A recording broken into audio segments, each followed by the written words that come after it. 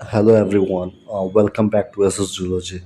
In today's class, we are going to study about chordata and protochordata, one of the most important topics for BSc NAP 2020, B.Ed Entrance, UET PG, CSIR NET, and other competitive examination. By the end of this lecture, you will clearly understand what is phylum chordata, what are the five fundamental characteristics of chordates, what are protochordates? Classification of protochordata, important examples and evolutionary significance are differences between protochordates and vertebrates. So, if you are preparing for your university exams or any competitive exam, watch this video till the end because every concept will be explained in a simple and exam oriented manner. Let's begin.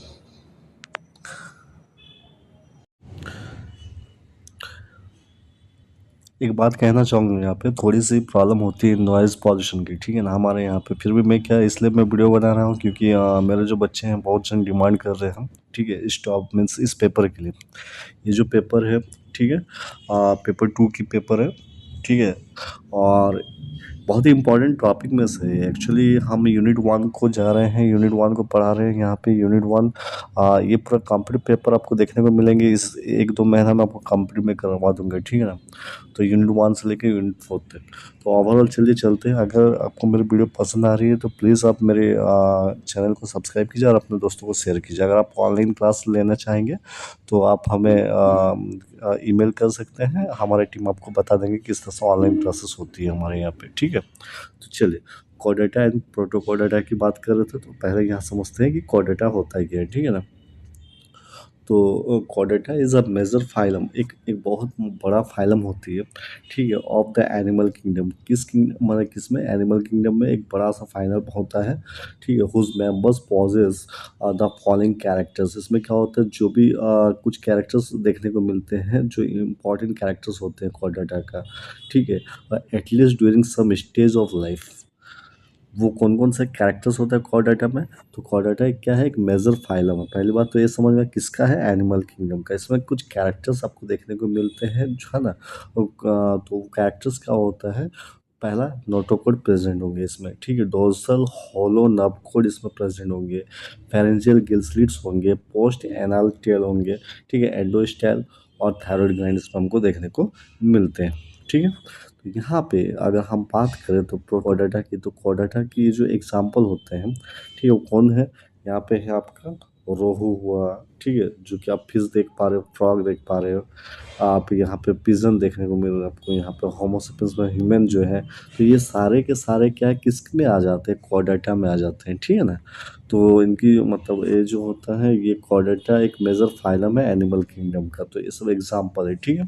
तो अब सवाल उठता है कि जो chordates पर हम लोग बात कर रहे हैं, तो यहाँ पे क्या होता है कि प्रेजेंस ऑफ नोटोकोड, नोटोकोड का प्रेजेंस होना आपको देखने को मिलते हैं, ठीक है, at least during some stage of life. तो आप यहाँ पे देख पा रहे हो इस डायग्राम से, ये एक कॉर्डेट का आप जनरल प्लान देख पा रहे हो, ठीक है, जिसमें हम लोगों ने एग्जांपल लिए हैं एम्फियोक्सिस का, ठीक है। इसमें हमको देखने को मिल रहा है दिस एक कॉर्डेट्स, यहाँ पे हमको देखने को मिल रहा है क्या, नोटोकोड देखने को मिल रहा है, डोर्सल हॉलो नर्व कोड देखने को मिल रहा है, पोस्ट एनल टेल है, ठीक है, फेरेंजियल गिल स्लिट्स, ये जो पार्ट्स है इनको फेरेंजियल गिल स्लिट्स कहते हैं। इस पार्ट को जो कहते हैं इनको हम लोग एंडोस्टेल कहते हैं। तो इस जो है दिस आर द, ये प्रेजेंस होना, ये जो होता है इनका प्रेजेंस होना, मतलब इनका यही है कॉर्डेटा फाइलम। जो कॉर्डेटा जो होता है इनका मेन जो कैरेक्टरिस्टिक्स है यही है, ठीक है ना।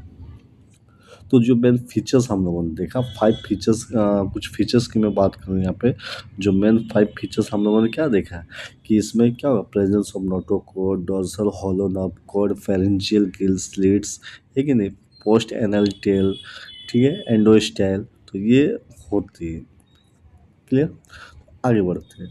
अब यहाँ पे आपको ये समझ में आएगी कि कोडाटा क्या होता है। आप समझते हैं कि प्रोटोकोडाटा क्या होता है।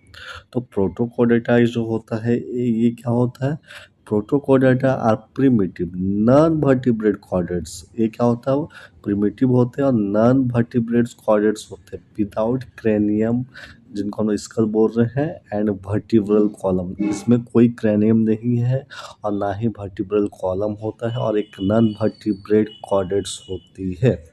ठीक है, अब आ जाते हैं इस प्रोटोकॉर्डेटा को हम लोग क्या किए, हम लोग तीन भाग में डिवाइड किए हैं। एक पहला जो होगा वो होता है हेमिकोडाटा, दूसरा होता है यूरोकोडाटा, तीसरी होती है यहाँ पे सिफेलोकोडाटा। तो यहाँ पे मत समझ 3 4 5 लिखा हो, ऐसा मत, उसमें कन्फ्यूजन मत होना। ठीक है, तो यहाँ पे क्या है, प्रोटोकॉर्डेटा को हम लोगों ने तीन भाग में डिवाइड किए। ठीक है, मतलब क्लासीफाई कर रहे हैं यहाँ पे इस तरह से कि इसको मैं ग्रुप्स में बांटे हैं यहाँ पे। ठीक है, एक होता है हेमिकोडाटा, एक होता है यूरोकोडाटा, दूसरा तीसरा क्या होता है, सिफेलोकोडाटा। अब सवाल उठता है हेमिकोडाटा हम किन को कहते हैं, है कि नहीं। तो आपके दिमाग में ये चलेगा, तो हेमिकोडाटा जो होता है वो क्या होता है, वो जो होती है यहाँ पे वो मेराइन होता है, समुद्री में पाए जाने वाले होता है, वर्म लाइक एनिमल्स होते हैं। ठीक है ना। Body divided into three parts, body को तीन भाग में डिवाइड किया गया। एक प्रोबोसिस, दूसरा को हम क्या बोलते हैं, कॉलर बोलते हैं, तीसरा को बोलते हैं ट्रंक। अब देखो यहाँ पे आपको डायग्राम से पता चल जाएगी, आप ये डायग्राम देख पा रहे हो। ठीक है, तो ये जो है एक आपको देखने को मिलेगा, तो यहाँ पे आपको देखने को मिल रहा है प्रोबोसिस, फिर ये वाला पार्ट क्या कॉलर, और इस पार्ट को हम लोग ट्रंक बोलते हैं, जो कि ब्लैनोग्लोसस में देखने को मिलते हैं। ठीक है, ऐसे कई एग्जाम्पल है, प्लेनोग्लोसस है, फिर और भी है। ठीक है, सेकोग्लोसस है। तो इसमें हमको देखने को मिलता है बॉडी को तीन भाग में डिवाइड किया दिया गया। तो एक पार्ट आपका किस पार्ट हुआ, एक हुआ आपका प्रोबोसिस, एक पार्ट को हम लोग प्रोबोसिस बोल रहे हैं, दूसरी वाली पार्ट जो होता है उनको हम कॉलर कहते हैं, और तीसरी जो पार्ट है उनको हम लोग क्या कहते हैं, ट्रंक कहते हैं, राइट। तो ये जो होता है ये हेमिकोडाटा का मतलब कैरेक्टरिस्टिक्स है। तो हम लोगों ने क्या समझा, हेमिकोडाटा में कौन आ जाता है, एग्जाम्पल हम लोगों ने देखा ब्लैनोग्लोसस। ठीक है, और ये कहाँ पे पाए जाते हैं, ये मेराइन होते हैं, समुद्री में पाए जाते हैं। कैसा होता है, वर्म लाइक होता है। ठीक है, बॉडी कैसा होता है, थ्री पार्ट्स में डिवाइड किया गया। पहला पार्ट्स को बोलते हैं प्रोबोसिस, सेकंड बीच वाला जो होगा कॉलर, और थर्ड वाली जो पार्ट है वो है ट्रंक। फेरेंजियल गिल स्लिट्स क्या होते हैं, सब प्रेजेंट होते हैं। नोटोकॉर्ड इसमें एब्सेंट होता है, इसकी जगह पे क्या होता है, स्टोमोकॉर्ड प्रेजेंट रहता है। एक चीज़ याद रखिए, जहाँ पे यहाँ पे हेमिकोडाटा में क्या होता है, हेमिकोडाटा में क्या होता है, नोटोकॉर्ड एब्सेंट होगा, लेकिन बदले में क्या उसका जगह पे क्या रहता है, स्टोमोकॉर्ड पाया जाता है। ठीक है, और इसमें क्या होता है, सर्कुलेटरी सिस्टम कैसा होगा, ओपन सर्कुलेटरी सिस्टम होगा। Is it clear. तो आगे बढ़ते हैं। तो ये जो है हेमिकोडाटा की आपने देखा कुछ खास बातें जो थी। अब आ जाते हैं यूरोकोडाटा। यूरोकोडाटा जो होता है उनका हम लोग ट्विनिकेट भी कहते हैं। ठीक है, और ये जो है एक्सक्लूसिवली मेराइन होता है, मतलब ये समुद्री होता है, समुद्र में पाए जाने वाले होते हैं। ठीक है ना।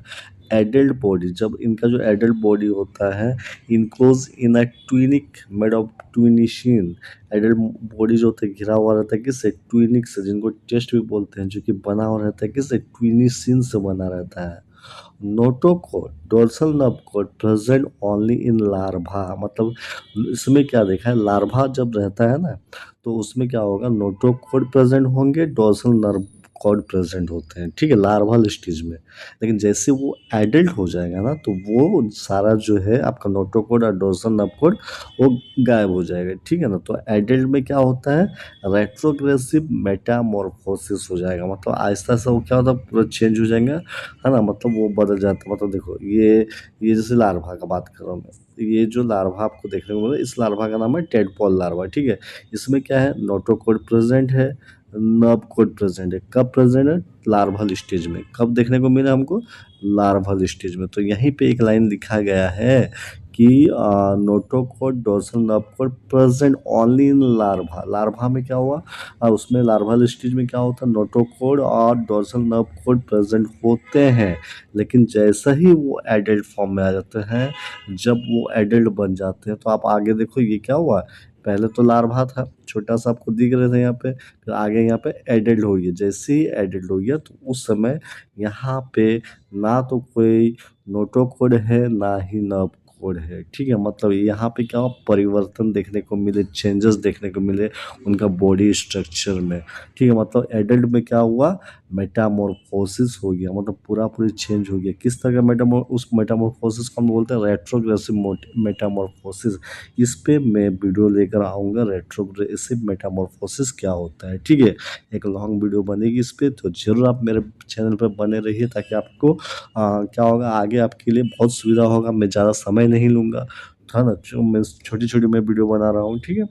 और ये जो होता है मोस्टली ससाइल होते हैं, मतलब ससाइल मतलब एक जगह पे अटैच रहेगा। ये एडल्ट जो होते हैं, ये जो स्पेशल जो दिख रहे हैं, ये क्या होगा, यहाँ पे जुड़ा हुआ है, इस जगह पे अटैच रहता है, ससाइल रहता है, ठीक है ना? तो यहाँ पे अच्छा, इनका जो नाम है, इनको हम लोग बोलते हैं क्या, क्या नाम दिया हम लोगों ने, इनका जो नाम है वो है एसिडिया, ठीक है? तो ऐसे कई एग्जाम्पल है, वो है एसिडिया है, साल्पा होती है, ठीक है ना?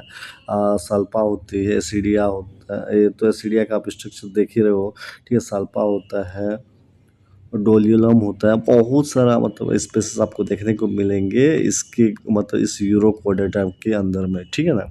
तो ये रही, तो आपने देखा यूरोकोडेटा का क्या कैरेक्टरिस्टिक्स, हमने कहा ये क्या होता है, सिर्फ़ एंड सिर्फ़ समुद्री में पाए जाने वाले हैं, ठीक है? मतलब एक्सक्लूसिवली मेराइन होते हैं, और नोटोकॉड और डोर्सल नर्व कॉर्ड प्रेज़ेंट होंगे, लेकिन लार्वल स्टेज में, एडल्ट में नहीं होगा, ठीक है ना?